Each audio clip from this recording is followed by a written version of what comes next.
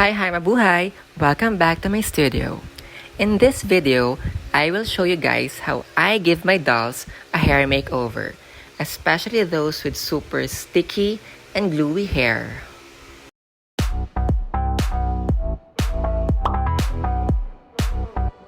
So today's victims are Ever After High's Blondielocks and Rosabellabeauty.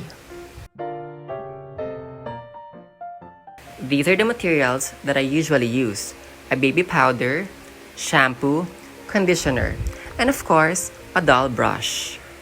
I start off this makeover by putting baby powder into their hair. This is to absorb the stickiness and gooiness. Using my fingers, I gently massage the powder into the hair to make sure that it spreads evenly and cover every strand. I focus on the bangs first because it feels really sticky. Then, I get a doll brush and gently comb the hair. After which, I again put some baby powder into the hair, gently massage to spread it evenly, and comb the hair. So basically, I just repeat this process until every hair strand is covered in baby powder, or until I'm satisfied.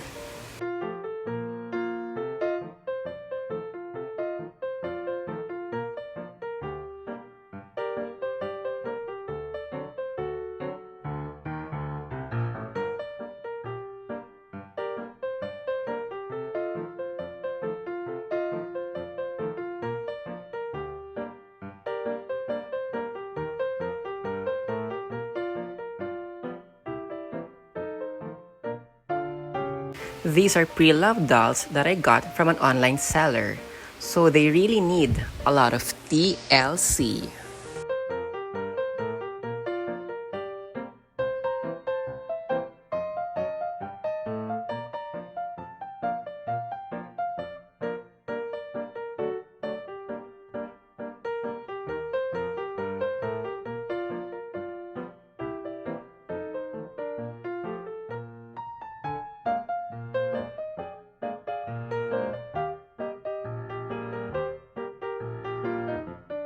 When it feels like the entire hair is covered in baby powder, I start to rinse.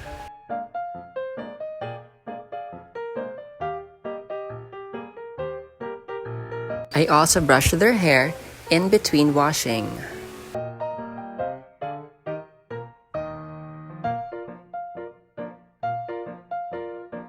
Now it's time to shampoo their hair. I use antifreeze shampoo from the drugstore. Some people use dishwashing liquid, but I prefer to use the real one. Lather a generous amount of shampoo into their hair and work your way all throughout.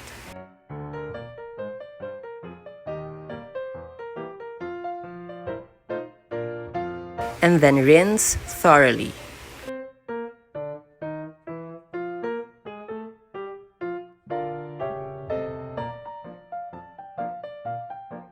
Next step is to condition their hair.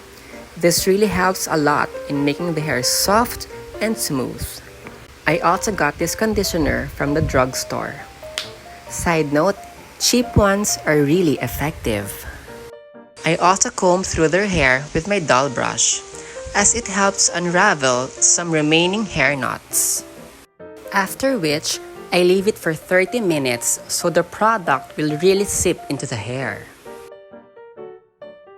When I rinse my dolls after applying conditioner, I again comb through their hair.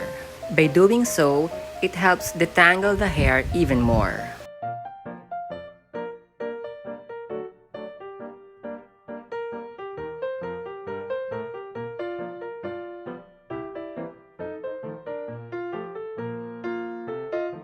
Then I lay Blondielocks and Rosabellabeauty down and continue brushing their hair.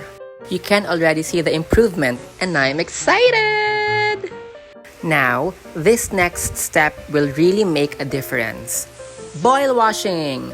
I prepare a glass with hot water and slowly but surely dip their hair. This is to help remove any remaining stickiness and gooiness.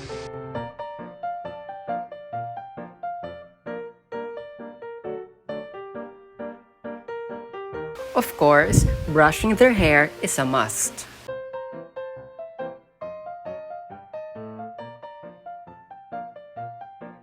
Depending on how sticky the hair is, I usually repeat this step a couple of times, just to be sure.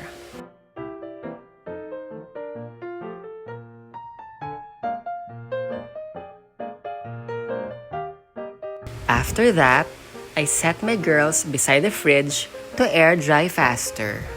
While waiting for the hair to dry up, I decided to wash the clothes because why not? I put powder detergent in a bowl of water and soak the clothes one by one.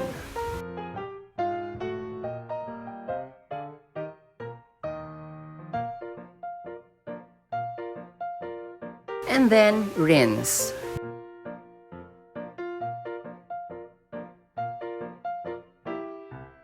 Since I'm feeling studious today, I also soak the clothes for 15 minutes in fabric conditioner. Of course, I want their clothes to smell and feel good as their hair. Then I rinse and let them to air dry. It's a new day and a fresh new look for my blondielocks and rosabellabeauty. I'm really happy how it turned out. The hair looks really gorge and not a hint of glue or any sticky residue. And for my final step, hair brushing. Okay, I'm excited. I will dress them back to their outfits and I present to you my girls, blondielocks and rosabellabeauty.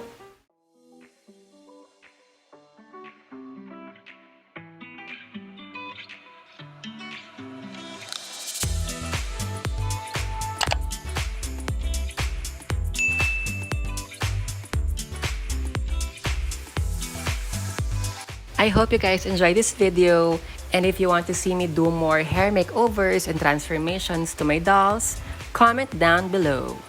Thank you and see you soon!